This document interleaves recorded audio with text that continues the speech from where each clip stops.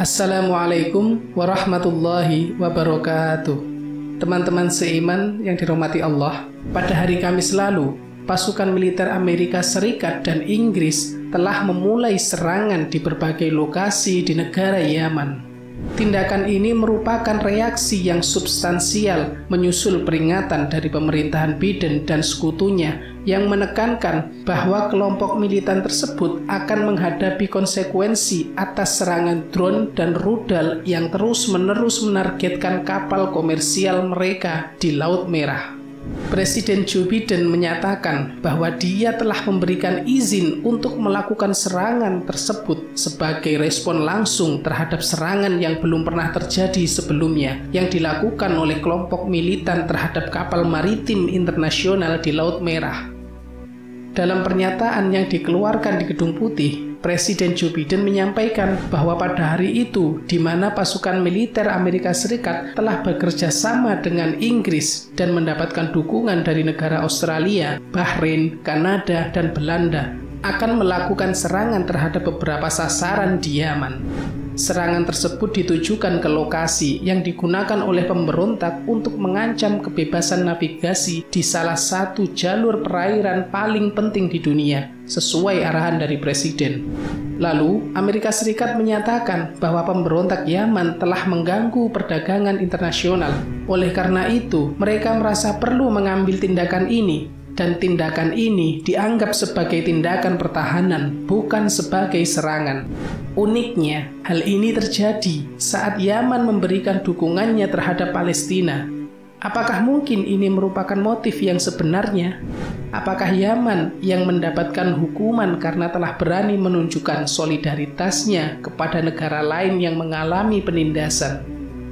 Teman-teman seiman sekalian, pada tanggal 5 Desember 2023, Program Pangan Dunia telah mengumumkan penangguhan distribusi makanan di Yaman Utara. Keputusan ini diambil karena adanya penurunan pendanaan serta perbedaan pendapat di antara negara-negara anggota Program Pangan Dunia ini mengenai prioritas bantuan bagi masyarakat paling miskin di wilayah tersebut.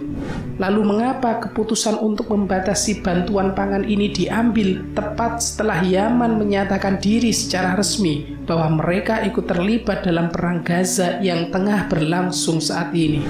Mengapa Amerika Serikat yang saat ini merupakan pendukung terbesar Israel menjadi pemain kunci dalam serangan terhadap negara Yaman? Jawabannya sangat jelas, bahwa Yaman menjadi sasaran langsung karena negara tersebut telah berani memberikan dukungan terhadap perjuangan Palestina dan menentang negara adidaya. Meskipun negara ini sendiri merupakan salah satu negara termiskin di kawasan Timur Tengah saat ini.